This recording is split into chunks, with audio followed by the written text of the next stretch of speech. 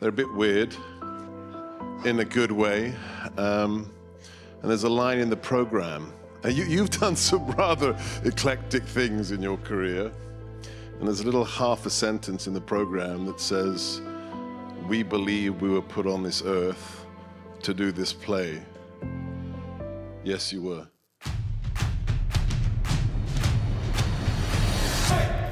Hello, I'm Ann McElhenny. And I'm Phelim McAleer. Welcome to the Ann and Phelim Scoop. We're back from the very, very Arctic northeast.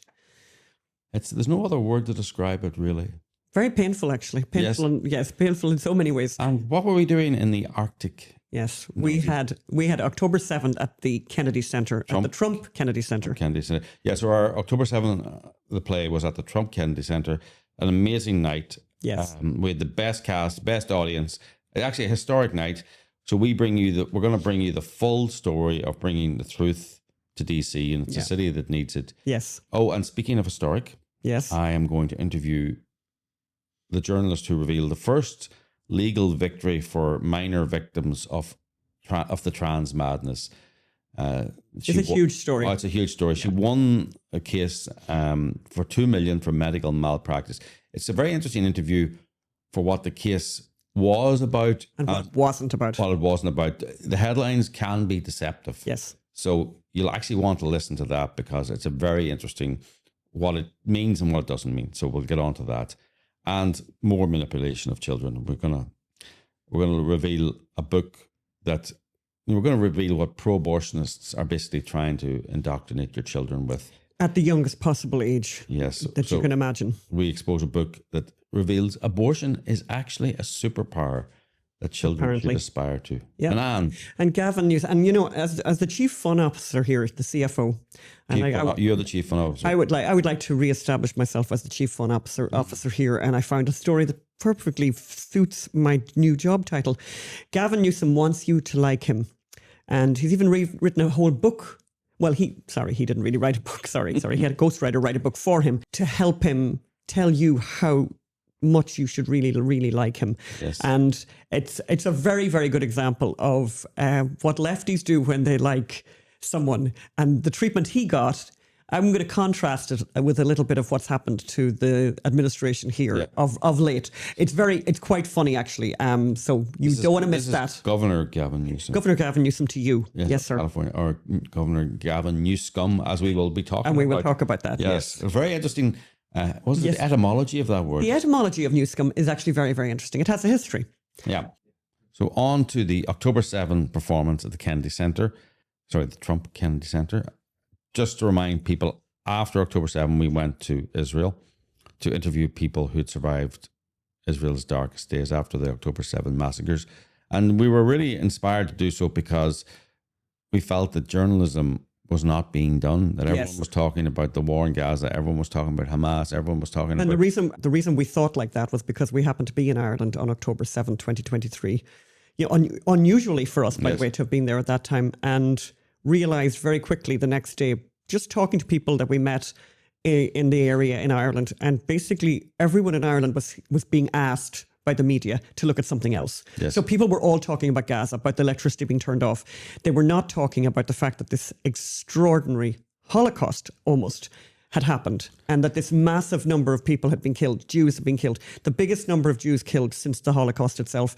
And people were actually literally ignoring that and talking about something else. So we decided we would go to Israel. Yeah, I mean, it wasn't just Ireland, though. I mean, no, it wasn't just Ireland. I interviewed Alan Dershowitz a while back, and he reminded me, of course, whilst they were still killing people, they started a petition among clubs and societies at Harvard condemning Israeli aggression and supporting what was happening. Whilst the first email was sent on October 7th for that petition. So we wanted to bring the truth to the world. It's worth mentioning, when you say that, by the way, I think it's really worth mentioning that really proves, in fact, that there was an enormous amount of money in the propaganda to silence what had happened. Mm-hmm. And that money was available. I don't know how, one would question whether or not this was coordinated because of the timing, because it was so fast that these protests against Israel started almost immediately.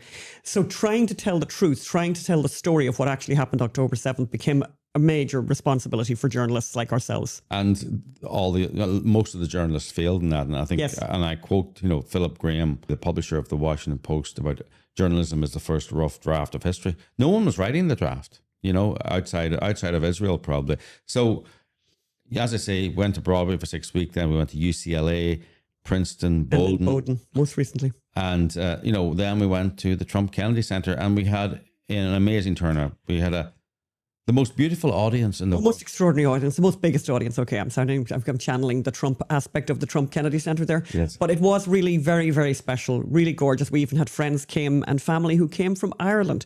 Yes. And that's a story all of itself about why you'd have to come all the way from Ireland to see a play made by, created by Irish people. But anyway, that's another day's work. One thing about this play is that this particular version was a staged reading. Yes. The version in New York was a play. And so a lot of you who follow the podcast closely will have seen clips of the original performances in New York, which were full, not full, but a fairly full production, actually. Pretty full production. Sound effects, lighting, action, moving around, even moving off stage, running onto stage from the audience. And I've spoken to a number of people who have seen both the New York performance and the staged readings. Funny, most people said it was as powerful. Yes. And in many cases, people say it's more powerful. Yes. But the reason why we are sometimes doing these stage readings is we're doing a one night only. From a financial point of view, it would be basically almost impossible if we didn't have an enormous amount of money to put on a full production for one night only. So what we've done instead is have these staged readings, which have been very, very well received. And this is what we did at the Trump Kennedy Center. Yeah. But actually, what the people said was they felt that when you stripped out the play, that was just all about the stories, that you focused more on. And I looked around at the audience. Several members of the audience in the Kennedy Center were leaning, and I mean really leaning forward in their seats. They were literally straining to hear every single word, which I think is what happens when it's a stage reading, because you're hanging on every word. Also, the fact that it was verbatim, I don't know if we mentioned that every word on stage was something that people had said to us. They realized, I can't miss a word of this. This is someone's life story. So we're going to show a few clips from what happened the other night. And obviously some of you were very, very supportive in making this all happen. So we are very, very grateful to you.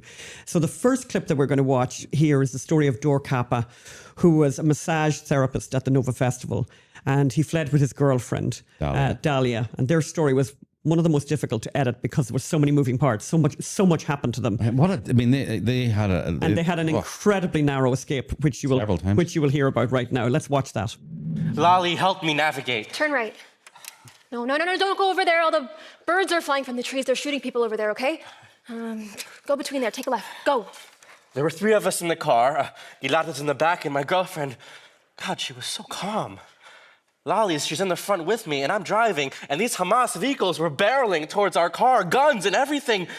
Lolly, she was hiding, and this one guy in the motorcycle, he was so close.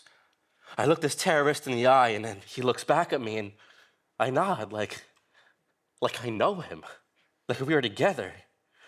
Okay? He nods back, like you are okay. But then he saw my girlfriend, and he shouts in Arabic, "Shoot the Jews! Slaughter the Jews! They're at Jews! Shoot them! Shoot!" So I take a big left. One bullet hits the back door, and my friend yells, "I got shot in the head!" "Don't worry, I'll take you out of here." My girlfriend, she starts to pray. It's the guy on the motorcycle, and he tries to shoot again, and I just swerve into him. He flew off the bike into the fields, like 2 meters into the air. Then another, boom, I turn hard and catch him with the back of my car, and he flies away. If I had a camera on the car, I could have sold the footage to Spielberg himself.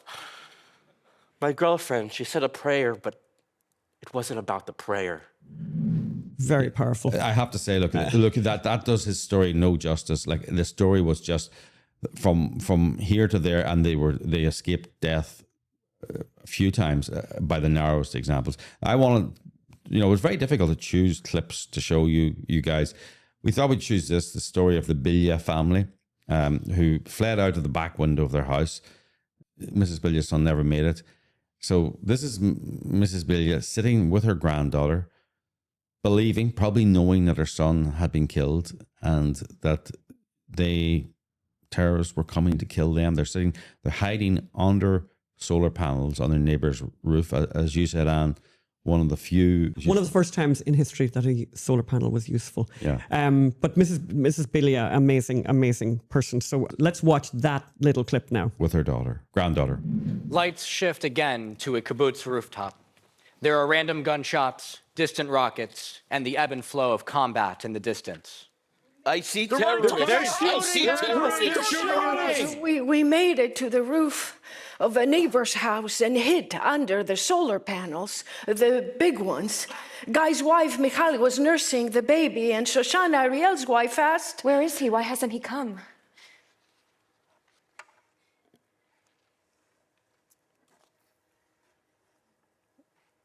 I sensed, pretty much, when Ariel didn't arrive.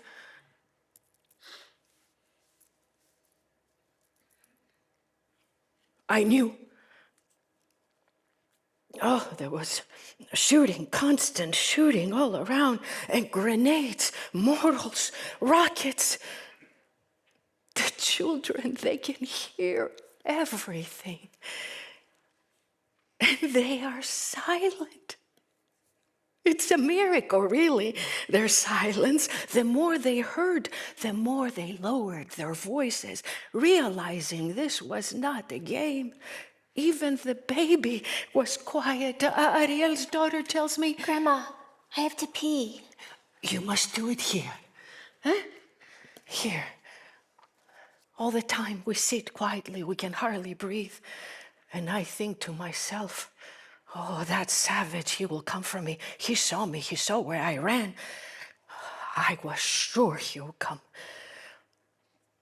I didn't tell anyone, I didn't want to worry them. But every step I hear, I'm thinking he will come now. Grandma, let's pretend like we're dead. Okay, Avishag. She's 8. She whispered this to me very, very slowly. We play along. I play the game. And it's interesting about that particular story, and I think we learned this afterwards, was that this is something that also happened in the death camps at Auschwitz. Like, people would pretend, they would do this, and they would do this with children, to play dead, to pretend to be dead. And actually, I think, she made that comment, I think, to us, or somebody told us that afterwards, that it was really chilling because the child literally did what children had done back in. The children knew. They said that we heard that several times. The children kept we heard quiet. that was one of the things about the interviews we did. There was patterns of information that were the same. Some of it very funny, by the way, like women who were in the safe room who were always saying, I came out of the safe room. I know it was really dangerous, but I came out of the safe room because I didn't want to die without getting my underwear on, because obviously this all started in the morning. But the other thing that people said, and we've heard it everywhere, is children were quiet. Even babies were quiet, so that they at some level they understood the danger. So really extraordinary. We have another clip, Phelim, I think. Yes. Well, this is the end. I mean, look, there's so many clips we could choose, but we thought we'd give you that flavour. We wanted to show you how the audience really appreciated what we did and what the actors did and what the director, Jeff Gurner, did. I mean, There's so many actors. We'll put the names of the actors up at the end. So let's see how the audience reacted. It's true, we got hit very hard by the darkness. But we will dance again. Blackout. End of play.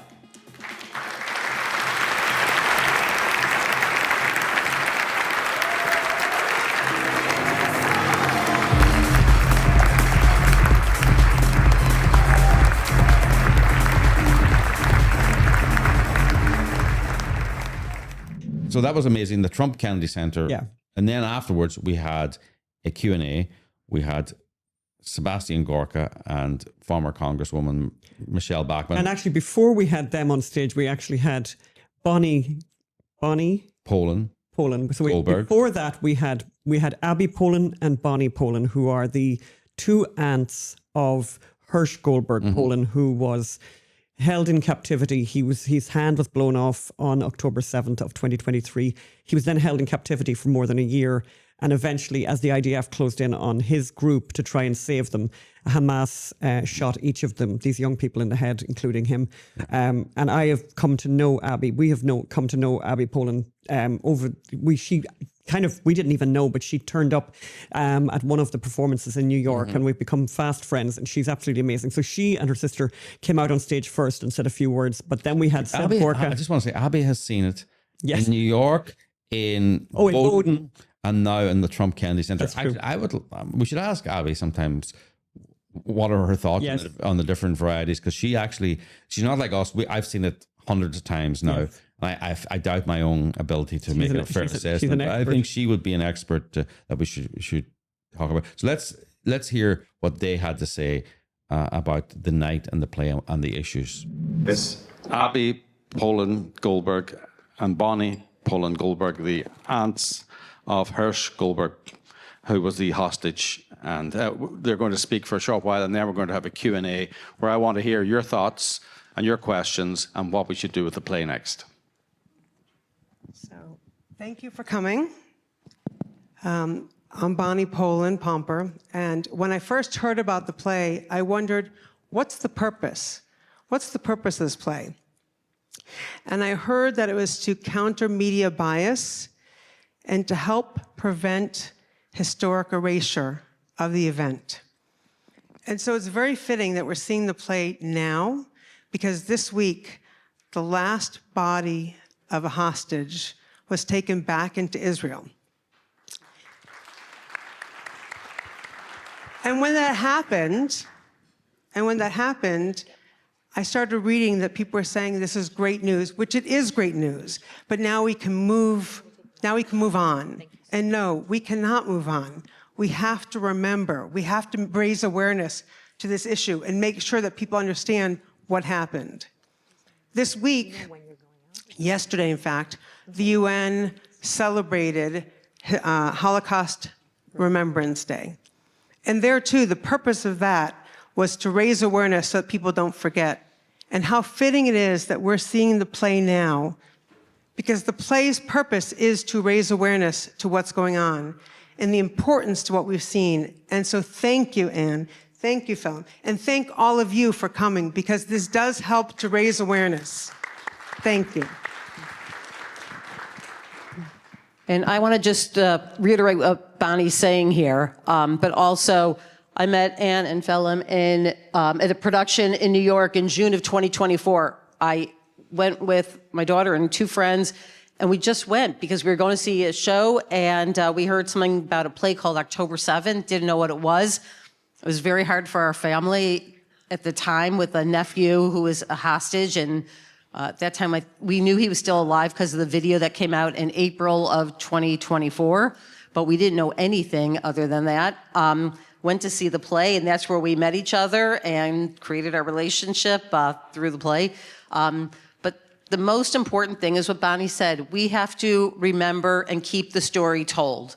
We can't let this be something that history is going to forget or be erased, and we need to keep telling it. And the fact that you are telling this as Irish, non-Jewish, non-Israeli journalist is very incredible, that you could share the story, share a story of Israelis and Jews and what happened. And we need to all remember this so we could do whatever we can to get rid of hatred in this world and be able to be people all able to live together. Thank you so much. Thank you. Thank you. Thank you.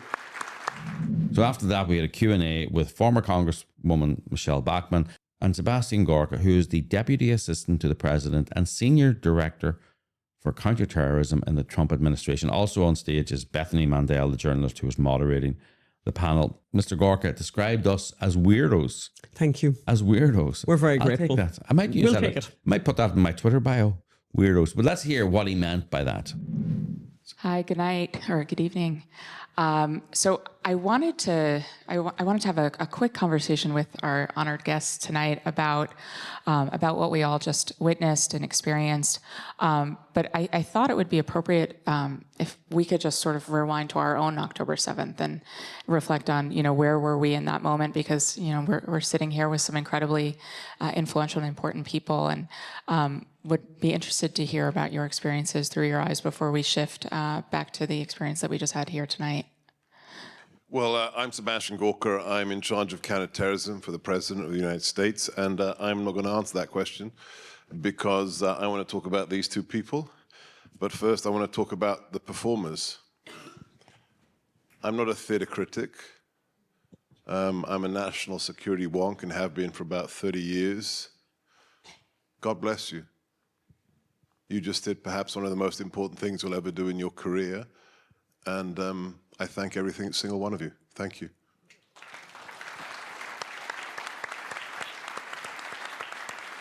And I've known this couple for a few years. I still can't work them out. They're a bit weird, in a good way. And there's a line in the program. You've done some rather eclectic things in your career. And there's a little half a sentence in the program that says, "We believe we were put on this earth to do this play." Yes, you were. Yes, you were. My experience of October the 7th just starts with, it's shaped by one thing really, and that's going to see the unedited footage of what happened that day. Not the pixelated one, not the edited one, but the 47-minute version of the body cameras, those, and there's a couple of lines in the performance tonight, which is the truth. They're not people. And animals is not fair. It was that line at the end, that pure darkness. They are darkness.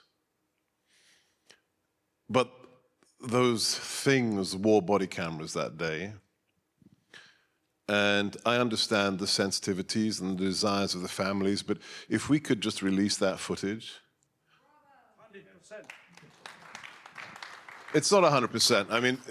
The desires of the families matter, but if it could be released, there's internal footage from inside one of the kitchens. First, you see a young father in his underwear take his two little boys into the safe room outside. It's like a concrete shower block. And like a 6-year-old boy and an 8-year-old boy, and he pushes them in there. He goes in after them. And then you see the footage outside as one of these Hamas things just rolls a hand grenade in. And the father's body just falls out dead. And they rip the two boys in, and then there's a camera inside the kitchen. And as one of the boys, the little brother, has a black hole where his eye was, because the grenade has blown his eye socket out.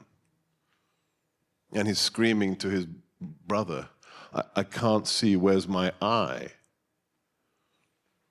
And what's the Hamas thing doing? Is the little boy saying, I can't see, where's my eye? He goes to the fridge and gets out a bottle of soda and just starts chugging it.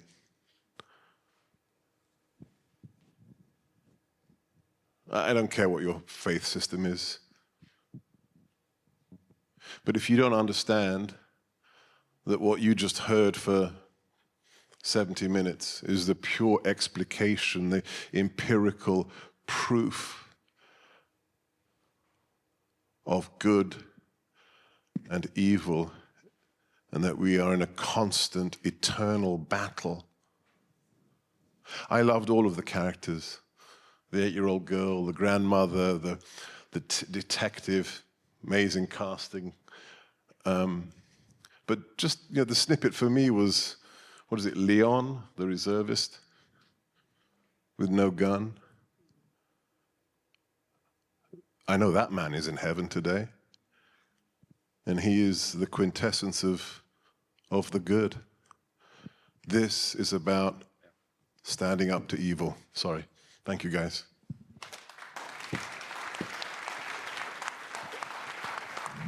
So, look, we would really like to continue our weirdness. We'd like to bring the weirdness to a town near you, by the way. So yes. So if you like weirdness, yes, get in touch with us, by the way. And a lot of people have got in touch with us since the performance at the Trump Kennedy Centre. So we want to bring this play everywhere.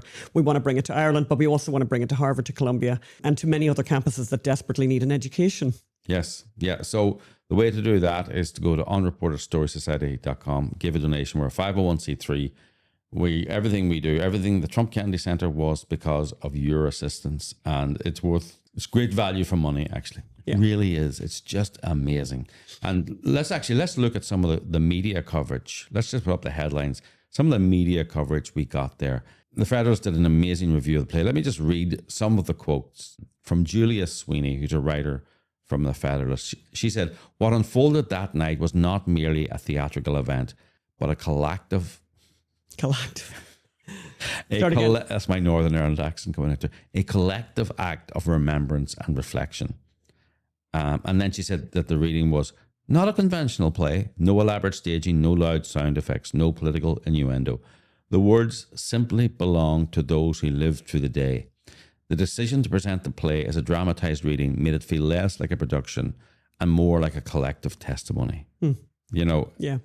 She said it didn't preach. It doesn't not tell the audience what to think about policy or politics. It only asks that they listen. And she said, and this is important, she said the play had tragedy, but it also had heroism and humour. There was laughter, warmth, and a quiet sense of relief layered over grief. I mean, I could go on. Yeah, we'll put that link up, but it is an amazing show. Yes, and we want to keep it going. So and I think people were very, grateful for being there, and people were very, very appreciative, as you saw. So you had an interview earlier, Phelim. Yes. With, and this is an extraordinary story, and as I think the point that we're going to be making later is that the headlines don't necessarily reflect exactly what happened. But we shouldn't underestimate it. No, it's very, very significant. It's very, very historic. And we're interviewing Ben Ryan, the only journalist who covered this historic trial. And it may mark the beginning of the end of the gender transition scandal, right? It may mark that. So let's go over to that interview. This is about a court case that he covered. You'll hear all about it in the interview. It's one of my favorite interviews I've done in a while because of how I think we got into the issues and really broke down what happened and what didn't happen. Mm-hmm. But it's still significant. So let's go over to that interview I did earlier. So as we said in the intro, we want to bring you this exclusive interview with a journalist who has witnessed history being made. Ben Ryan was in court for the first case that saw a victim of transgender targeting of vulnerable minors win a medical malpractice lawsuit. Foxberian, at 16 years old, had her breast cut off as a treatment for gender dysphoria. 3 years later, she detransitioned and sued the doctors who performed the mastectomy and recommended it. Last week, she was awarded $2 million in a lawsuit against these doctors. To discuss this historic case and whether it is the beginning of the end or something different, we're joined by that reporter, Benjamin Ryan. He's a veteran journalist and has written for publications such as the New York Times, NBC News, and the New York Sun. Welcome to the show, Ben. Thanks for having me. One of the first questions is, summarize the case, what happened, but the case is more nuanced than many of the headlines would suggest. So that's what I want to drill down on here. Tell us what happened. The headline, Foxberian was awarded $2 million, sued her doctors. Tell us who the doctors were and where the case happened. Right. So Foxberian lives in Westchester County, New York. That's about a 45-minute train ride north of Manhattan. Yep. And she was a troubled kid. She had a lot of different emotional problems, difficult home life. Her parents had a difficult split when she was young, a difficult custody battle, et cetera. Yeah. And she started seeing a psychologist named Kenneth Einhorn in the area when she was about 14. Mm-hmm. And then at the age of 15, it was the first time that she ever mentioned to him that she might be having thoughts about her gender. She wanted to change her name. And then in quick succession, she got a breast binder, she cut her hair, she changed her name again to something she thought was even more masculine. And so that was January of 2019 when she first started to come out as transgender to people in public. Fast forward 11 months, she had her breast removed. So the case focused on that period of time in particular, in terms of not just was it rushed, but was it thorough in terms of the assessment that the psychologist gave her and the kind of care that he recommended her to have outside of what he could provide, that sort of thing. That's the summary of the case, and she got $2 million. I wanted to talk about what you mentioned at the beginning there. It's important to stress what this case, not only what it's about, but what it's not about. Yeah. Many people will be surprised that this was not, this is my understanding from your writing, that this case was not a direct challenge to the idea of gender transition. Exactly. And even to gender transition surgery on minors. Am I getting that right? Because explain that to people. Right. So this is really a standard medical malpractice case. And the baseline question in any such case is A, what is the standard of care in this field? And B, did you deviate from that standard of care? And C, did your deviation cause the injury and the pain and suffering to the plaintiff? So within those very standard baseline questions, you have to, one, try to figure out what the standard of care is. The defendants were very eager to say that there was no standard of care, that this was so new and experimental, that there was no such thing. And so eventually, they got pinned down to certain criteria of what they thought actually was what a reasonable physician or psychologist would do in these circumstances. So this idea of reasonable, you hear it all the time in the law, and the jury gets to decide whether they're reasonable or not. But given the way of looking at this, they did not say that we don't think that any children should receive a mastectomy for gender dysphoria, which is a diagnosis related to a conflict between your gender identity and your birth sex. So, nobody's going to take down the whole system in that regard. Yeah. So, and even the defense didn't go down this should never happen. It's a very interesting. So the plaintiff, you mean the plaintiff? Yeah. Yes, yes, you're right. In a civil case, again, and it's important to emphasize, this is not a criminal case. This is a civil case. I'm very interested to hear that they admitted there's no standard of care, which, in my opinion, they didn't admit. They tried to use that as defense, so it wasn't an admission. That was the defense. That was a strategy. But it's even that is interesting. If there's no standard of care, what are you doing experimenting on a 16-year-old? Which, in my opinion, not what was in the court case. And they were using, whilst arguing there's no real standard of care, they were using, how do you pronounce it, the WPATH standards. And not really. They also poo-pooed those as well, curiously enough. So sorry? They poo-pooed, everyone was, the defendants, both the defendants were key to dismiss this idea that the World Professional Association for Transgender Health's guidelines, which confusingly are called the standards of care, and that's not an accident. And the judge, in one very hysterical moment, we were all just about to go to lunch, and he said something to the effect of, I can't believe how irritating it is that they call these guidelines a standard of care. It's so confusing. What were they thinking? So I thought that was well. I Again, this is my opinion. I think they were trying to confuse people. They were trying to influence lawsuits, and we've seen that from them, from subpoenaed emails, that indeed they have crafted these standards of care to influence lawsuits, and that they were working with the ACLU. Although those emails that I'm referring to, which came out 2 summers ago, were subpoenaed by the Alabama Attorney General. Those were referring to the 2022 edition of the standards of care, big S, big C. Whereas the edition relevant to this case, because it was in 2019, was the 7th version. It came out in 2012. So or 13, rather. That's the wider context of this case, right? I want to get down now into details, some of the headline details of this case. There was some pretty shocking evidence in the court about what I would call the rush to transition and the ignoring of symptoms and evidence that the last thing this young girl needed was affirmation, and that gender confusion was just the latest in a long line of mental difficulties. Am I getting that right? Yeah, you could put it that way. She certainly had problems with depression and anxiety, social phobia. She had problems in school, and she was pulled in, taken in and out of different schools. She was really never in one for more than a year at a time. So she'd had a really tough go of it. And, like a lot of adolescent girls, she was lost in her adolescence and was looking for herself. Yeah. And there's so much in your reporting that's just amazing. Einhorn, the psychologist, sent her to a gender clinic, which would normally, and I'm saying this, They you're weren't not really a saying, gender clinic. They were more of a community health center yeah, focused on LGBT stuff. So and they would it wasn't normally really, be yeah. totally affirming. They would have a pro trans. One would think. Yeah, one would think. Even they questioned the diagnosis. Am I right? And he ignored that. Yeah. I think it's more that in a different context, for whatever reason, she felt a bit more comfortable being a bit more forthright with that group.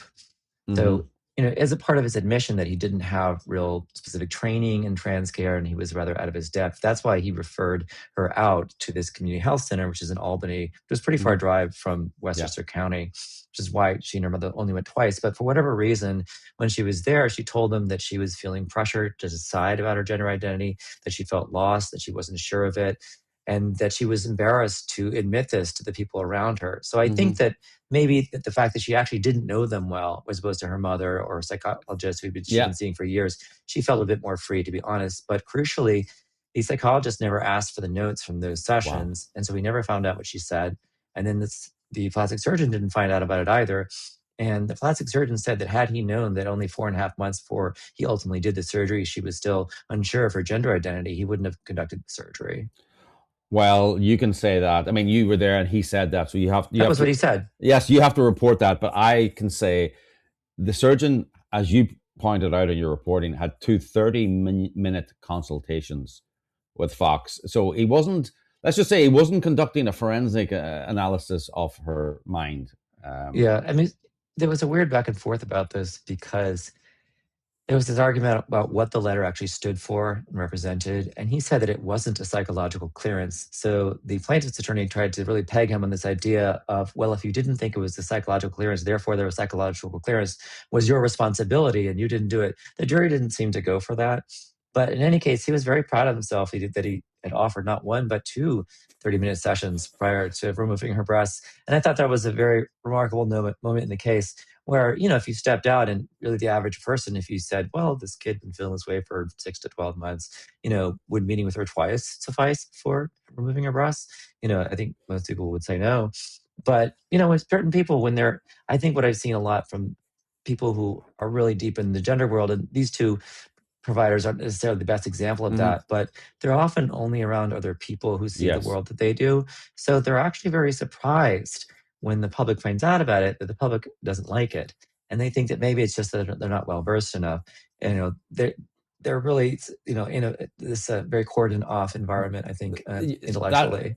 That's a very astute point, right? Because, I think there are bad people, bad actors in this world, right? But there are so many. Are you referring to the world of gender medicine or just in general? Just the world of gender medicine, right? There are bad actors, but there are many people who, for example, Elon Musk was told you're going to, told the suicide story, which we're going to come on to, and he went with it because, well, he was told that by experts. Well, actually, that's not a good example. So there are people who are just. I think his child had to wait till she was 18 to get her. I don't remember, but he'd never consented, as far as I know. But you're right. In that world, there are just people who have never been. They live in it's very hard to. They live in a world where everyone agrees with them, and they don't. They seem to have lost. I don't know what the word is. Common sense or the idea of proportionality. It's a world that really discourages dissent of any kind, both through very aggressive tactics as well as coercion. So, you spill out and you look at the American Academy of Pediatrics, and they have their annual conference. It's this huge confab. There are 63,000 members in that organization. And I've talked to pediatricians who say that they're too afraid to speak out in those meetings to ask questions about this field for fear of damage to their reputations and to their careers. Yeah. I want to talk to you about the suicide story. So the parents were told, or the mother was told, that there was that she would commit suicide if the breasts were not removed. Or tell me about the whole suicide myth or story in this. Let's focus on what was said in court, actually, rather than I can talk outside. You can talk about what's said. So the mother's name is Claire Deacon. She's a nurse, and she was largely very reserved on the stand. But there are these moments when she would recall these very emotionally charged exchanges that she had with Einhorn, the psychologist, and her voice would just suddenly become loud and enormous, as if she were an actress playing some great Shakespearean role or something. And the one exchange that she remembered over and over again was him saying to her, "You're not in reality, Mom." The point being from him was that the reality she had to come into was that she, because of all these different boxes she ticked with, being a teenage girl and having various emotional problems, was at a higher risk of suicide. But add on the trans stuff, then she was extremely high risk. So the idea was that if she didn't have this surgery and pronto, that she was extremely high risk of killing herself. And the mother was adamantly opposed to the surgery, but ultimately, the way that she phrased it on the stand was that she was coerced and broken down and browbeaten into consenting. And she said she would, try to put on a brave face to her child throughout all this, but would cry to her friends. And that after they wheeled her daughter in to have her breast removed in December 2019, that she went in the bathroom and cried. So the psychologist, denied having browbeaten her, but there was also, under pressure on the stand, Foxbury, the plaintiff, said that yes, she had also said to her mother independently that she wanted to kill herself. And this didn't really come up in the trial, but it's in the depositions. You hear the mother say, like, well, yes, my daughter was histrionic, and she often would make these kind of threats about, I just want to kill myself if I don't get X. And this wasn't the only thing that she said that about. I didn't take her very seriously on this point. And that wasn't at all, like, she's clearly a very avid and devoted mother. It's one of those things where, like, I know when my daughter's being serious and when she's being, frankly, a little flippant. So, but she said, I distinguished that from a professional grown man who supposedly knew what he was doing, telling me these things. And so that seemed to convince the jury that indeed she was coerced into consenting to the surgery. So you said that the surgeon was quite proud of his 30 minutes. So there was no, I suppose there were defendants in a court case, or whatever the word is in a civil case, but defendant, yeah, defendant. Was there any kind of humility from Einhorn? Did you get any sense in the court that he maybe was thinking twice or thought maybe a little hasty? It was hard because I think he really wanted to. You could tell from his demeanor that he was very ashamed. He spent much of the court case. He was there every day, whereas Chin kind of came in and out. He wasn't there for the entire trial. And Einhorn would be downcast, he'd be looking down or into his lap. His hands were sort of clasped in front of him as if sort of in this rueful prayer.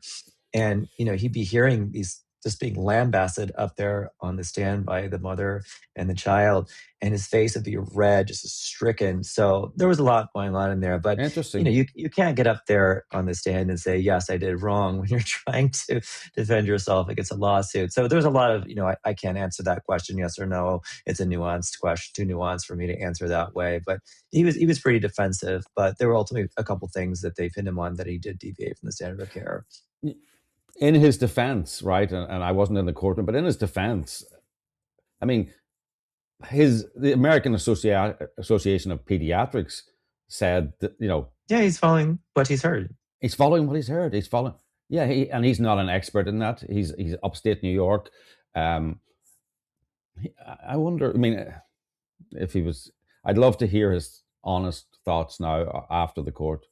I mean, this did not come up explicitly in the trial. I put it in my piece, just this idea of the affirmation only ethos, which really spread across the United States. And the United States is known throughout the Western world as being especially aggressive and on this front, the affirmation front, and lax in its assessment standards compared to, say, Western Northern Europe.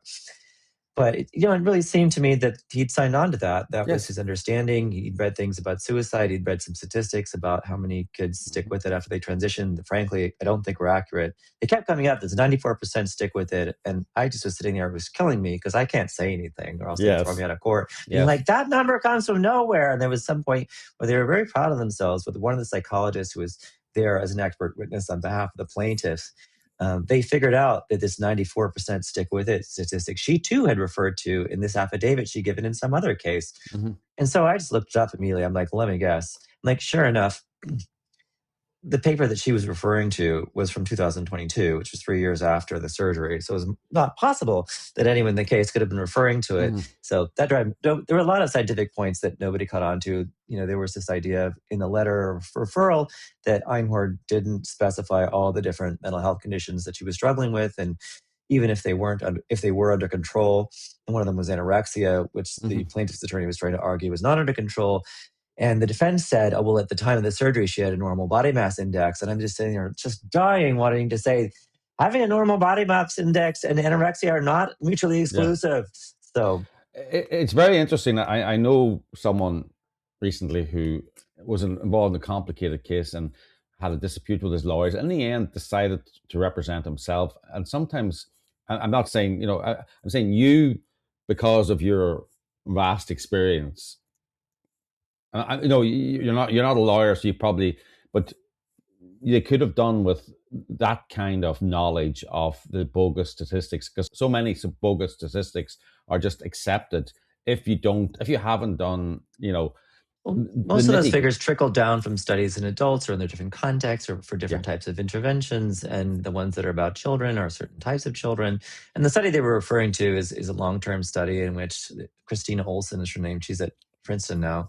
She's following this cohort of young people, but they're essentially kind of the old guard of kids with gender dysphoria that we saw before the 2010s, and not many other kinds, where they were gender dysphoric and identified as the other sex from a very, very early age. And they socially transition at an average age of 6. And so now these kids are in mid-adolescence, and some of them have been on hormones for a few years, and they seem to be doing fairly well. And, only a small percentage of them have decided to stop doing it or regretted it. But, we'll see after a number of years, because detransitioning, as we've seen from this case in particular, can take 3 or 5 years, maybe more. Yes. Oh, yeah. But they're also not representative of the typical kid who goes into a gender clinic these days. The typical kid is a lot like Fox Marion. It tends to be a natal girl who has a lot of emotional problems, often autism, as she does, and doesn't experience gender-related distress until after the onset of puberty. And she really said, Fox, on the stand that, she had this big meltdown after her first period, and was very uncomfortable with the male gaze, with being sexualized. That's a transition period for young girls as they're going through adolescence, is saying how they feel about that. And it wasn't so much that she was meant to grow up into a young man, but that she was afraid of being a woman. Yeah, she made that very explicit on the stand. Well, I'm not a psychiatrist, but I think anorexia is part of that. Being afraid, the way your body's changing, trying to fight that. You read that, just a way of sort of staving off your breasts if you don't have any body fat, be less, womanly.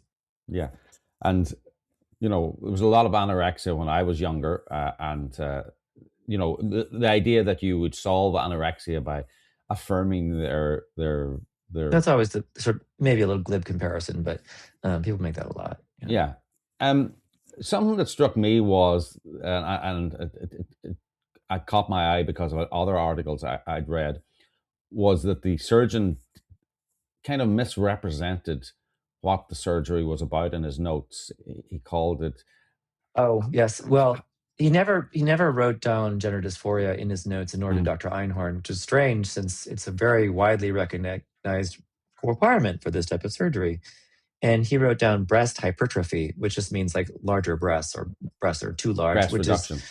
Which you use when you're teeing up a breast reduction, which is either a cosmetic surgery, or sometimes it's for back pain or something like that. It can be a little both. So I've read other pieces, other articles, and to me now, and of course, I don't know if this was said in court, that is a way to get insurance companies to pay for the surgery. Yeah, I mean, they'll often switch around the billing codes. They'll say things like, endocrine disorder not otherwise specified, or things like that, to get insurance. So, but people who do that these days can get in a lot of trouble. In Texas, we've had Ken Paxton, who's the attorney general there, go after, it's not a criminal prosecution, but I think it's a civil prosecution. But he only got her to relinquish her license because she moved to Oregon, is the thing. But in any case, there was a doctor who, after Texas had banned gender transition drugs for minors, was still prescribing these drugs and using those type of billing codes, which takes some moxie when that's against the law, as opposed to just against an insurance company's policy or something. Yeah, I seem to remember. Provided she did it, allegedly. Yes, allegedly. We have to say this, and the FDA, I think, when they announced their federal investigation into this, one of the things they did. We're not saying that this surgeon did this, but one of the things they want to investigate is whether I think the FTC, actually, Federal Trade Commission. Correct. Oh, I get confused with your alphabets. There's a lot of them. NHS. You don't have any.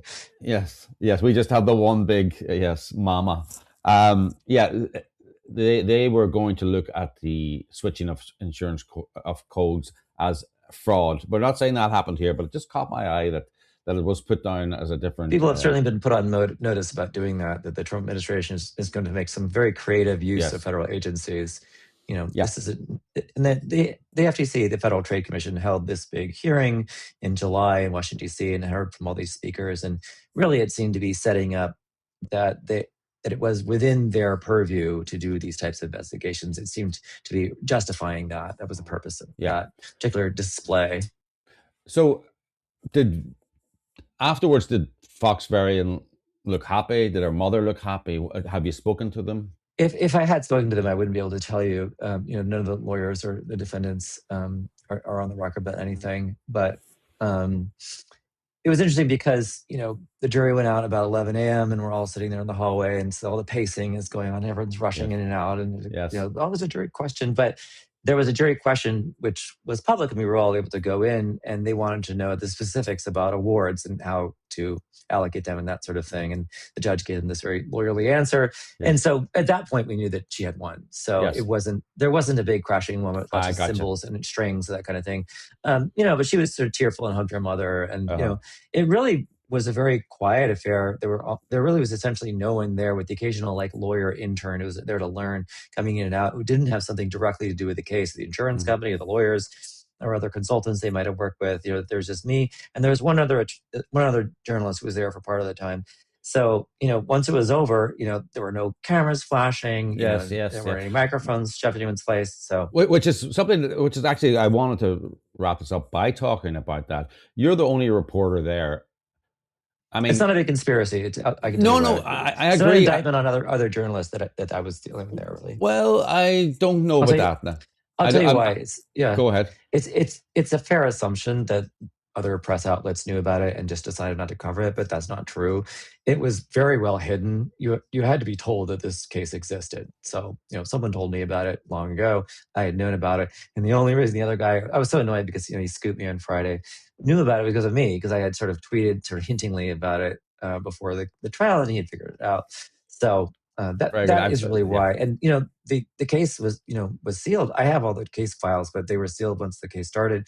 All of the transcripts remain sealed. So there's no other way for anyone to learn about this except for me and through my notes, unless for some reason the lawyers, I guess, go against the judge and do release some of these files. Yeah, lawyers don't like doing that. I have a question. On what justification can the judge seal a public transcript of a public court case? I mean, as a journalist, it seems strange to me. You don't know. Yeah. I'm not sure. I can tell you that on the first day, I alerted the judge to the fact that I knew one of the expert witnesses, just because she's a source of mine, Erica Anderson. She's a psychologist, and I talked to her a lot. And I said, is it a problem if I talk to her during the trial? He's like, yes, so I'm like, got that. Okay, so I can't talk to her. And then I said, well, I'm covering the trial. And he said, well, you have to be careful. There are HIPAA laws, and HIPAA is the medical privacy law in the United States, which covers healthcare providers, not journalists. Yes. The public trial, all of the case files were online. Anyone could have gotten them. It doesn't matter if they're sealed now. So it was sort of evident to me that he really wanted to scare off press, possibly to protect the privacy of the plaintiff. But also, it's possible that he was concerned that if there was a lot of press attention, that jurors might get pressured, or accosted or something. He didn't want to do anything that might have led to a mistrial. Yeah, but look, not that isn't true for a lot of cases. Why is this case so exceptional? Well, I don't know. Maybe this is such an unusual case, and the case law is so new and all that. He's possibly worried that he'd say something or do something that's wrong, get overturned on appeal. And maybe unless publicity means the fewer room for error, I think. Less chaos. I was very careful. At one point, I think it was in the second day, just in the middle of the afternoon, all of a sudden he said, "The jury's got to be sent out. I got something that I have to address." And he said, "Mr. Ryan," and I had never introduced my name, so it was interesting that he already knew my last name. Like, how did he find out? You're sitting too close to the plaintiffs. You could hear them, that they're whispering to one another. And you have to move back. I was like, okay, where? The third row. So I moved back one row, and then the jury came back in. And it was very funny that he chose to send them out and take the time to do that. He could have done it during a break. And I really think that that was part of him trying to exhibit this idea that I should be intimidated by him and to be very cautious about what I did. So I was very careful, like not to betray my emotions, because there were plenty of times that I might have wanted to laugh or scoff, or like, make some expression like that or something. And I just want, I've been a reporter covering a case, and we were there for the Mark Stein trial in DC. We were the only reporters there every day. And that intimidation works, not that it works, but it creates an atmosphere for you that you're double checking everything. You're watching yourself. It keeps you on edge. Well, I shouldn't be there to be a part of the trial. So that was certainly why I asked that question to begin with, because the last thing you want to do is be the guy who screwed up the whole trial. Yes. For one thing, you want to cover it, not be a part of it. So, I had to be very careful, don't talk to anybody and that kind of thing. So, America was there, it's just like we had to maintain a barrier between us, et cetera. Well done. Great work. You can see your full report in the free press. Also on your Substack. Tell us where people can get your Substack. I've subscribed, and so should everyone else. So hopefully. My Substack, it's benryan.substack.com. So I cover pediatric gender medicine there, and I put a lot of different details and case files from the case onto there today. So you can look at that if you like. On X at Ben Ryan Writer. It's the same on Blue Sky, and my website is benryan.net. And how many days was the trial? How many days? There was 5. So there was 5, 7, then 4, 11 days over 3 weeks. Okay. Well, you've done amazing work, and we salute you as one journalist to another. Please follow Ben on Substack. We're going to put it up on the screen now, and subscribe. Don't just follow him free, because by the way, I don't know where you're based, but did you stay up there, or did you went up every day? No, it's a 45-minute train ride, so it wasn't bad. I mean, it cost $25 round trip, but it was easier to get than certain parts of Brooklyn, actually. Yes. Okay. Well, look, I know these things, that your work costs money and time, and the only way to keep going is subscribers. So rather than buy 1 cup of coffee, 2 cups of coffee a month, you can subscribe. Or DoorDash. There's a big New York Times article about people are going broke on DoorDash. This woman, she can't even make spaghetti. She orders it. I saw that. Just like, stop complaining about affordability, at least in your case, if this is your problem. Yes, I saw that, yes. And I think, is she now doing DoorDash to pay back her DoorDash debts? Yeah, I think there was somebody who had such a big DoorDash debt that they had to work for DoorDash. Wonder, do you get a discount if you're a DoorDash delivery driver? Anyway, we're getting slightly off topic, but it's actually quite amusing. Sorry. It's off. No. It's important. It's important. Affordability crisis. Yes. So, thank you, Ben. What's next? Sorry, I've had about 3 endings here. I do have I can't say what it is, but I've got another big one. I've got a big document dump that I have received that I'll be reporting about gender stuff. So that's going to come out in probably about 6 weeks. So stay tuned. Yeah, actually, what did you think about their strategy of accepting? I suppose it was a good strategy for them accepting the standards, but yeah, I mean, everyone involved in the case just accepted that for some young people, having a mastectomy for gender dysphoria can be appropriate. So I think that made for a much cleaner case. The fact that there were no politics involved. Fox Varian has no political profile. She's not an activist. She wasn't looking to be found. She's not out there like Chloe Cole, testifying in state legislatures and that sort of thing. So no one could accuse her, of ulterior motives, be it for fame or for politics, etc. So, whatever you may think of these types of treatments, just in this case, it made it a lot tidier. There were fewer layers that the jury had to sift through to decide if they wanted to believe somebody was credible, and what their motives were. Okay. Listen, is there anything I missed? I guess I would say this just in general, that there are about 28 of these detransitioner lawsuits all told, and the vast majority of them are structured the same way. They don't go after WPATH. They don't go after whether these types of treatments should be offered, but whether in this case they were offered in a way that deviated from the standard of care. There are 2 cases, Chloe Cole and Kayla Lovedal's, also add on top of that the idea that they think that WPATH standards are bunk. And then there are 2 other cases, that are civil rights cases. Very interesting. They're accusing LGBTQ clinics of violating the civil rights of gay men for misinterpreting their internalized homophobia as transgender status and gender dysphoria and putting them through a medicalized gender transition. So those really do go after the philosophies at the core. They're the cornerstone of this medical industry. We'll see. I mean, there are ambitious cases. Who knows if they'll work? Yes. But that's ambitious. But sometimes these things work, and sometimes they bring out things that even if they're not successful, long road. Many years of this. Yeah. Well, thank you very much, Ben. This has been one of my favorite interviews for a while. You're doing great work, and I'd love to talk to you again. Yeah, keep in touch. And thank you very much. Bye. Thanks. So as I said, good news. But ... But actually, it's not. But ...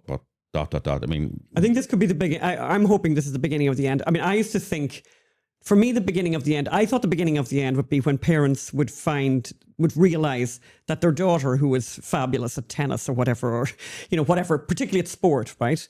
That they realized, my God, my daughter, who's fabulous at the sport, is not going to succeed in this sport because she's going to be forced to compete with men. And I thought parents are all going to come out.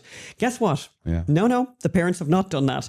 But I do think the tort lawyers could end it, because I think this is where it really hurts, is $2 million. It's a lot of money. Now, 70% of the action is against the psychotherapist, I believe, and then 30% is against the doctor, against the surgeon. Yeah. But it's serious money. Well, they're probably covered by insurance companies, right? But but the insurance company isn't going to be happy for very long. But they would have insurance caps. Yes. And I thought it was very interesting that the Dr. Einhorn, the psychotherapist, looked, I'm not going to say contrite, but definitely looked concerned, upset during the trial. He could hear where this is going. This is not a stupid man, right? He could be upset because he knew where it was going, but he could be upset because he realized he messed up. He followed the guidance. Maybe, and the argument was you didn't follow the guidance, but the guidance is ludicrous anyway, right? But he followed the rules. Let's see. Hopefully, we're certainly watching that story very closely. It's incredibly important and very significant, and some good news, by the way, in that area, which we desperately need. I was just talking to someone about the trans issue over the weekend, and it's so dark and so evil, satanic, whatever kind of, all those diabolical, all the most awful words you can possibly think. So to find anything of hope that you can cling on to is great. And I can imagine parents all over the country, all over the world, by the way, reading the headline and thinking, maybe something good can come. Well, we know journalists who just can't cover this story anymore. It's just taken too much out of them. Yes. And we've been in that position in the past with the story that we did. And it can happen. It can happen to people where something is so dark. And we're not big into we're not big into the idea of feel sorry for the journalist who's covering the war. Yes, we're not big into that. People asked us did going to Israel after October 7 affect you, and we're going, maybe it did, but it's not the story. Yes, it's not if you can't do the job, go and find somebody else to do it instead. But if you're working for years on a subject that is as dark as gender transition and gender mutilation, and for a long time there was no light at the end of the tunnel. Correct. Yeah. It can get to you. Yeah. Definitely can and get to find you. all these institutions letting you down, like the American Pediatrics Association, the American Medical Association, all of these associations who have this, massive population of members, and you get the impression when you hear a pronouncement from them saying this is all good, you think, oh my God, like maybe 100,000 doctors have all agreed on this. They haven't agreed on this. 3 people in a committee room have agreed on this. Yes. And the other people are too busy to say anything. But also, I think there's a lack of courage out there that is not good. But anyway, we're moving on to another. It's more damage to children. Yes. The culture of death, the abortion industry, have now released a book for 5 to 8-year-olds called Abortion is Everything. And, this is the description from the website. Pairing bright, charming illustrations with accessible language and non-judgmental facts. Abortion is Everything is a valuable resource for any parent hoping to talk to their 5 to 8-year-old child. 5 to 8-year-old child. About the nuts and bolts of abortion. And by the way, I bet you they don't. Oh, the one thing that they definitely won't do in that book is the nuts and bolts of abortion. Yeah. That's the bit if you explain that to a child, the child would go, this is butchery. Yeah. So and they'll, what is abortion? It speaks directly about 8-year-olds or what it is. I want to show this part of the book. I think this is the back cover, and it's extraordinary. What is abortion? With accessible, inclusive language. Of course, very important, inclusive language. Abortion is everything, speaks directly to 5-30. But here's the bit I think is extraordinary. Abortion is a tool that helps human beings build the lives we imagine for ourselves. And the whole world around us has been shaped by abortion. What a nightmare. What a nightmare. Oh, my God. Extraordinary. We're coming to the end of the podcast, but I did promise you that as CFO, Chief Fun Officer, that I would bring you this extraordinary story. So Gavin Newsom has written a book really with the intention of getting you to like him. Because I think Gavin Newsom would really like to be the President of the United States. That's what he really, really wants now. That's what he really, really, really wants now. What's the name of the book? So the book is called Young Man in a Hurry. When you told me that earlier, I actually thought you were joking. I said, no, what's the name of the book? No one, does he have any sense of irony? Young Man in a Hurry. This is like reason 1 gazillion. 1 gazillionth reason for it to hate leftist media. Here's another one, if you just needed another one. Because, of course, all of the mainstream media, they couldn't love it more, by the way. So he's getting these gushing reviews and these gushing treatments and these gushing profiles everywhere. Vogue, Vanity Fair, New York Times, it's everywhere. I'm just looking at the New York Times, but go and talk to them. But, for example, so Vogue wrote a piece, Gavin Newsom is setting his own rules. This is the headline. And this Vogue profile is written by a woman called Maya Singer. I know nothing about her. She's a young person. There's a photograph of her there. But this story by Maya Singer, who's apparently, a very well-established, by the way, journalist with Vogue, written for everyone. Already I'm photography film, shockingly, the photography is done by none other than Annie Leibovitz. Right. The legendary Annie Leibovitz does the photography. And does Annie Leibovitz just love Gavin? Let's look at the lovely photographs that she has. Look at the lovely photographs that Annie Leibovitz put up of Gavin Newsom. And I just thought that was so funny because given the recent story we've had where Vanity Fair, by the way, got massive access to the administration and produced photographs that are insane. And I just want to go through those photographs with you, Phelim, because I just think they're extraordinary. The first one I'm showing you there is of J.D. Vance in the most ludicrous pose. Like no photographer ever would do that. No. Behind him there is a light switch, and I think it's like an air conditioning thermostat, right? Oh, plus the lighting is jaundiced, basically. It's got some kind of yellowy and he's green. Buttoning his jacket, like it's before he's ready for the photograph. Yeah, that's the one that got out. The next photograph, same lighting, by the way, same sickly greenish yellow lighting. And this is Susan Wiles. And again, they have her in this weird pose at an open doorway right beside... Two open doorways. And by the way, we spent all our time, when I did the interview this morning, like Magda on the other end said... Yes. Close the door behind you. It looks really weird when you're standing there. You're always waiting for someone to come in that door. It distracts the eye. And they have her beside a light switch, which is some kind of theme. And then I want to go through another couple of these. Look at this one of Stephen Miller film. Yeah. I mean, literally Hitler Youth, right? It's like it looks like something out of, somebody that was in Nazi death camps. Like extraordinary, the photograph. Like it's just awful. And then look at the next one. Yeah. This one is extraordinary. So this is a photograph. Again, all these photographs I think are from the same guy, Christopher Anderson. This one, J.D. Vance, extreme close-up. His skin looks terrible. They have him grimacing. And the next one, like if you had sent that to me, I would say it was AI. But they took that photograph of Susie Wiles looking like she just got electrocuted. Yeah. No. Then look at the one of the lovely young Caroline Levitt, the press secretary, who is a really nice looking young person. They couldn't make her look worse than they do there. But by the way, they do. If I'm going to flick down, I'm going to find you. Let me find that photograph. Yeah. Can everyone see that one? It's called The Mouthpiece. Look at that ugly photograph, Phelim. Do you see that one at the bottom, at the end there?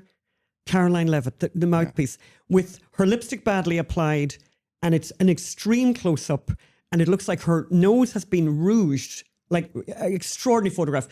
But my favorite that I'm going to end with is the photograph they took of Marco Rubio. They call him the Hawk. Look at that photograph. Jeez. Sorry. Like, I have never seen him look like that. No, he doesn't look like He it. doesn't look like that.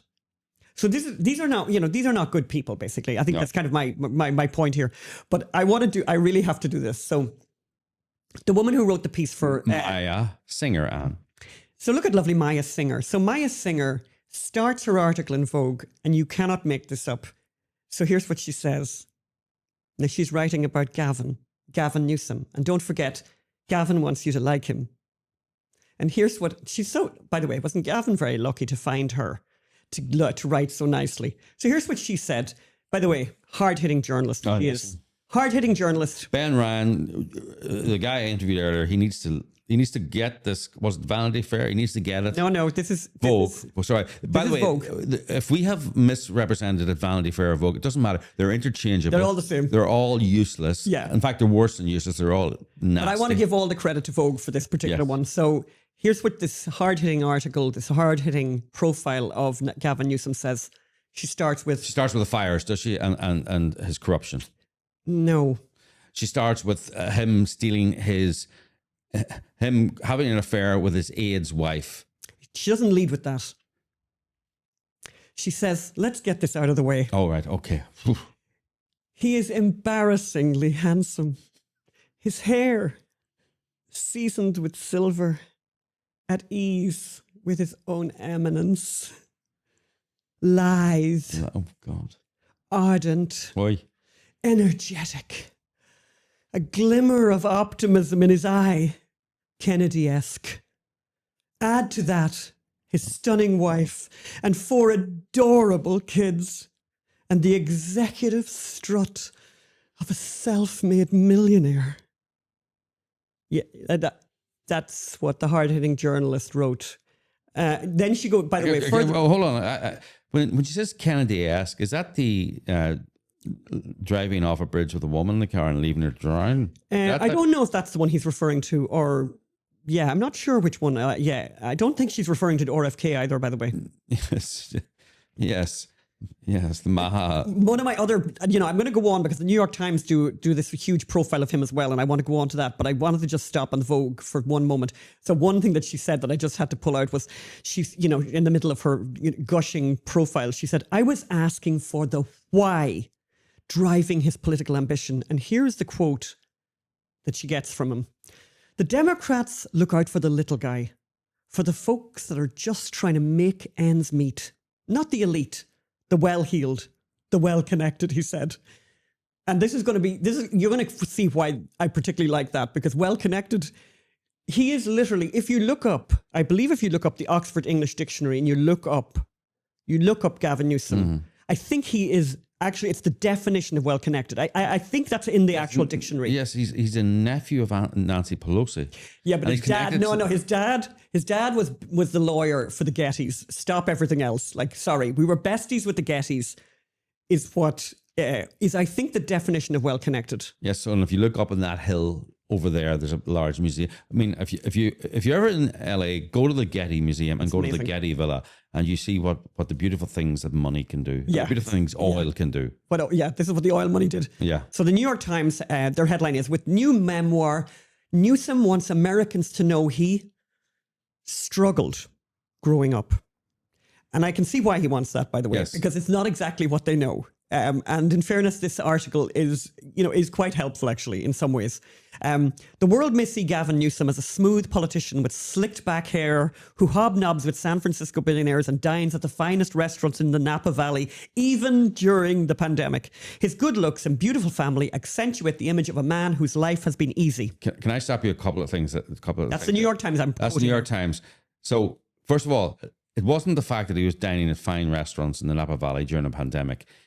He was telling people and ordering people not to associate and closing schools. He was telling people they couldn't go and see their dying mother. Yes, in hospital.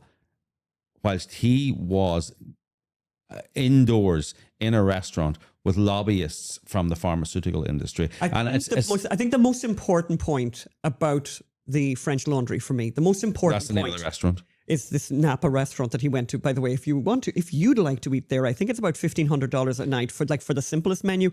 but you'd need to book now because I think they're kind of booked out 5 years in advance. That's right. But the most interesting thing about that whole issue of him going to the French Laundry when he was telling other people that they couldn't go anywhere was that he obviously, very, very obviously, did not believe what he was telling people, because who would risk their lives? Why would you risk your lives? And by the way, the dinner was like with an unimportant group of people. It wasn't anything. It wasn't like about a war or the Chinese were about to take over. Well, it was nothing like that. It was actually a kind of a... It was one of their friends' birthdays or something. I don't even think it was a birthday. I think it was a business thing, but it was something to do with insurance or whatever. It wasn't serious and it wasn't something that needed to happen. Yeah. So he did not believe that COVID was fatal. He did not believe that. Yes. Because you'd never risk your life. No, People would be stupid. So he didn't believe it, but he got, was making you do all these things. But reading on with this, I'm just going to do a few pieces from this New York Times piece, because I think it brings up a couple of things, Phelim, and you'll enjoy this. But Mr. Newsom, the California governor, looks back at his life at the age of 58 and sees a different figure, as not the guy that we all know about.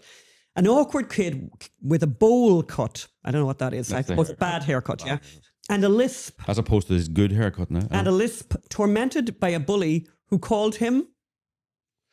Gavin Newsom. Who called him Newscum.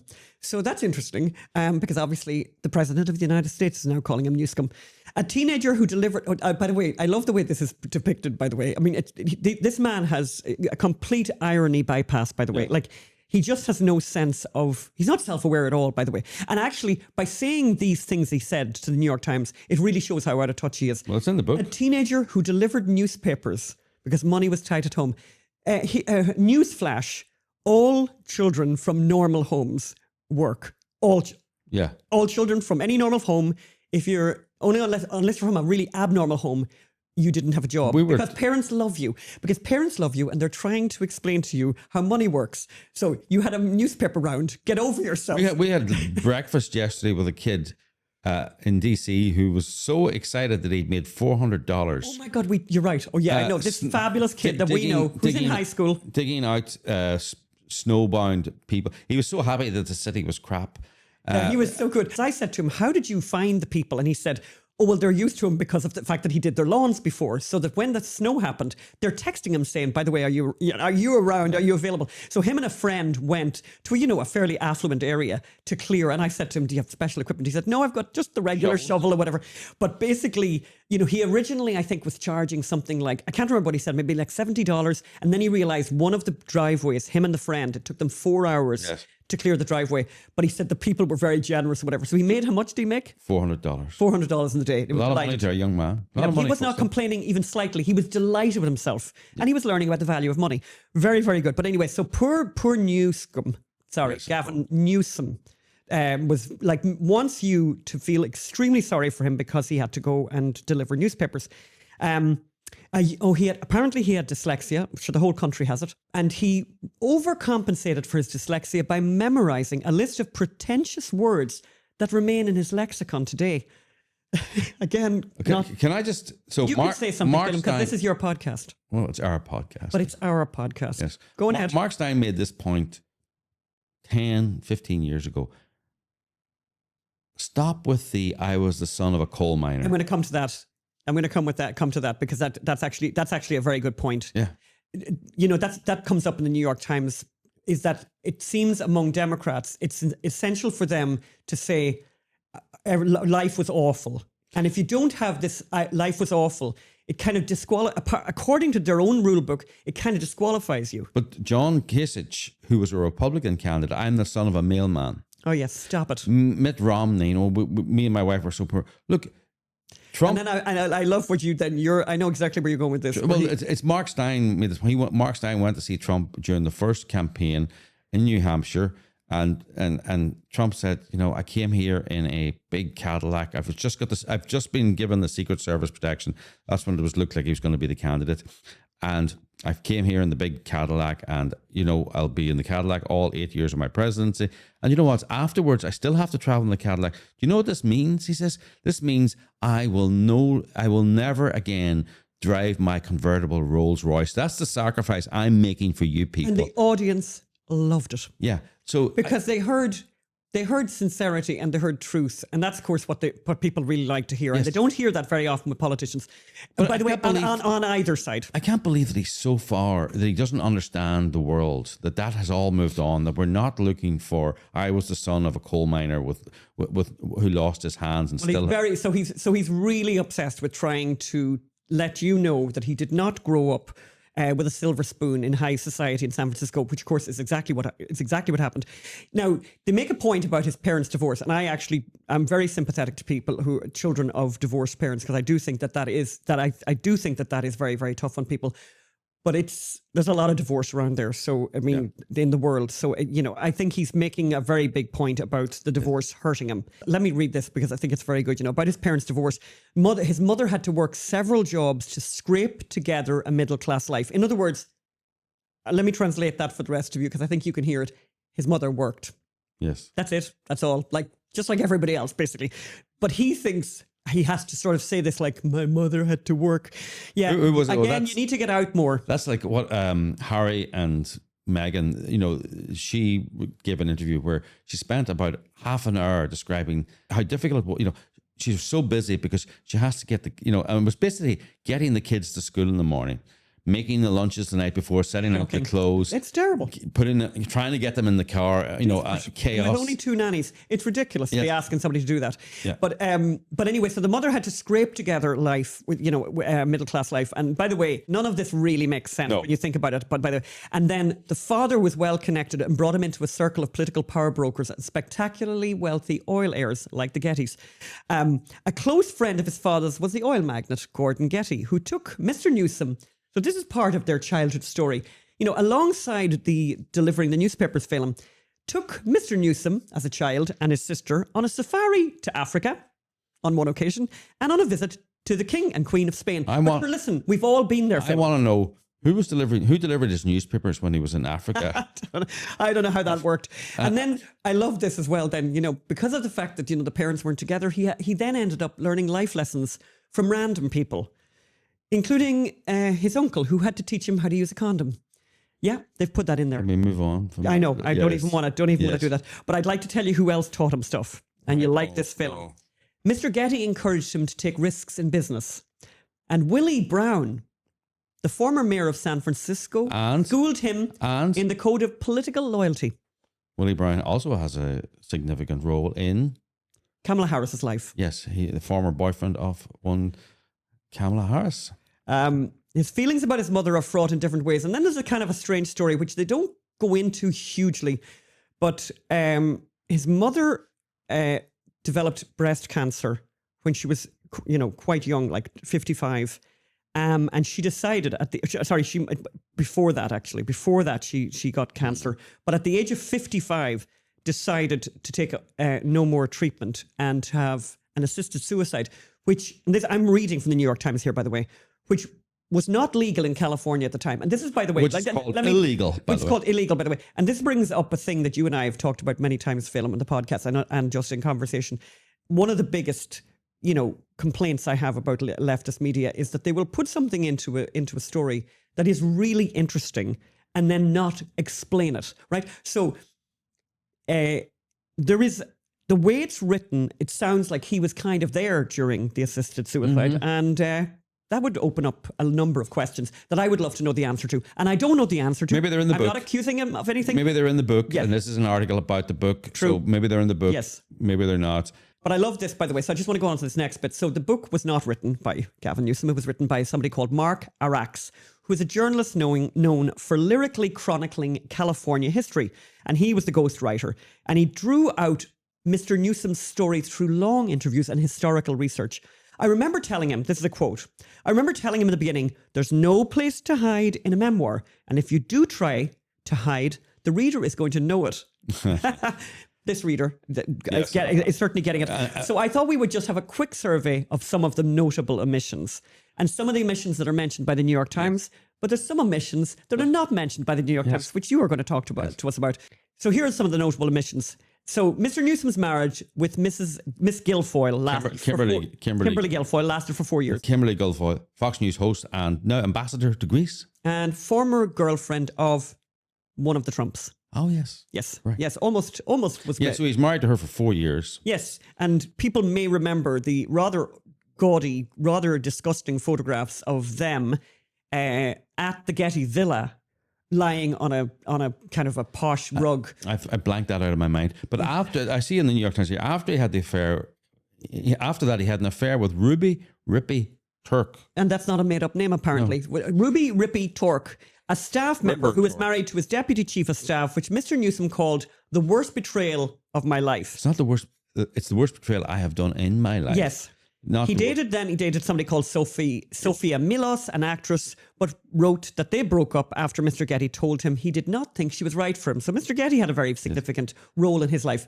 Now, he omitted, and this is the New York Times, by the way, he omitted from the book his relationship during that era with Brittany Montaz, who was 19 when he was 38. Mr. Newsom said in an interview that he had not included her because they had gone on only a few dates. That one was always coloured in as something that it wasn't, he said. But now you're going to talk about his wife. He fell in love. So he fell in love with Jennifer Siebel, a registered Republican at the time. Soon after their first date in 2006, they married on the parents' ranch in Montana. Of course, everyone has a parent who has a ranch in Montana. Yes. But yeah, he talks about that. But there's a huge. So once they opened the door to the Jennifer Siebel, and by the way, the New York Times they have lots and lots of correspondence. They do an enormous amount of news from California, by the way. They have a big relationship with the LA Times. There is a massive omission here in the New York Times article that I find hard to believe. So I haven't read the book. The book has not been published yet. So we're going with what the New York Times thinks important. And the New York Times is not is full of places, full of journalists who do not tell full stories, often because they're useless, but often because it's deliberate. So Jennifer Siebel claimed in the Harvey Weinstein trial here in LA, when he was charged with several, that he raped her and gave evidence in court against him. And in fact, he was charged with raping Jennifer Siebel. However, it emerged then under cross-examination that after the rape, she wrote to him looking for money for fundraising for Gavin, and he sent her money to Gavin's campaign. Let's just stop for a second and say it's rather unusual. That you would solicit your rapist for money. I think it's a little unusual. Yes, I'm going to go way out on a limb and say I think it's a little unusual. And then my personal favourite is that when he was having the affair with Ruby Rippy Turk, who was married to his deputy chief of staff. So think about this. He was having an affair with the wife of his deputy chief of staff. What a betrayal. And that became public and became a major scandal here in LA. Probably she approached Harvey Weinstein. Sorry, again, remember. Sorry.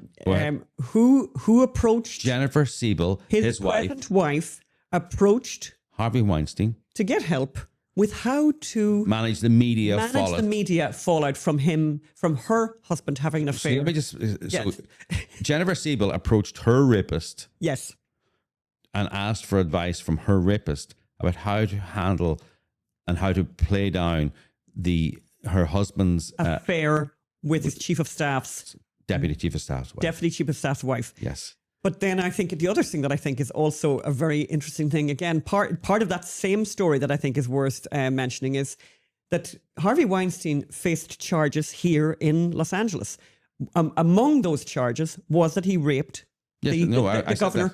And where did those charges go, Phelim? Oh, yes. The jury found him not guilty of those offences. Look, it was even. I thought it was even more than that. But no, you should add the jury found him not guilty of those offences. I mean, obviously so, right? I'm not going to say whether it happened or not, but you can't honestly ask a jury to find someone guilty of rape, whilst you then subsequently solicit that person for money for your husband's political campaign and solicit him for advice on a matter of sexual morals and ethics and PR. No human being. It stretches the bounds of reasonable doubt of reasonable doubt to a level that no jury could manage. Yes. Even, by the way, and that's saying a lot, by the way, even a jury in Los Angeles who are fairly Yeah, You know, out there. they're fairly out there. I think we should. I think we have to end. We're now. kind of at the end. We can probably end with that because I mean, there's other things as well about the fact that he went to Santa Clara University, and that he got a scholarship there, and it was all because of his amazing sportsmanship. But fails to mention, apparently in the book, the fact that the Mr. Brown, the former governor of California, had written him a recommendation letter. As well as from him and a member of the Board of Regents, both of whom were friends of his father's, had written him these recommendation letters. He just fails to mention that. He said it was all about my sporting, and he actually, when he was questioned by the New York Times about that, he says, "I don't think it was relevant at all." Yeah, actually, it was relevant. I like this last detail. I have to have this last detail. And one of the things that they say, they talk about his Remington Steele makeover, the Remington Steele makeover. So apparently, back in the day, he watched Remington Steele, and he loved Remington Steele. Yes, Phelim. And so did your husband. And so did my husband. That? Yes, but you didn't do what he did after watching I loved Remington Steele. It's kind of my Murder, She Wrote. So he watched Remington Steele, became obsessed with Remington Steele, and did something that a lot of people who watched Remington Steele did not do. He decided to give himself what they call in the New York Times a glow up. So I have never heard of a glow up before, but many of our very sophisticated listeners and watchers probably do. He figured out how to slick his hair back with gel and started wearing a suit to school. So Mr. Newsom was no longer tormented by the bully who called him Newscomb, and his classmates came up with a new nickname. Oh. El Presidente. And that's how they decided to end the piece. But I just think it is extraordinary. Yes. So basically every magazine you open now, you will find that he is on the front page looking good. But as a small compensation for those of you getting angry about how nice treatment he's getting, and given everything that he's done, I think that the new newspaper that has just opened in California, the California Post, did a beautiful cover. We're putting the cover up there on the screen. You can see it right now, which is a beautiful counter to all of these groveling, sycophantic pieces that have appeared everywhere. So I thought that was lovely. Can I gav some more? Yeah, yes. Can I gav some more? On that note. And on that note, so we've come to the end of the show. Again, please remember, we are 501c3. We have a very generous donor who is matching all donations at the moment. So it makes a huge, huge difference. So any of you who've been holding back, don't hold back any longer. And we will see you next week. Bye. Bye-bye.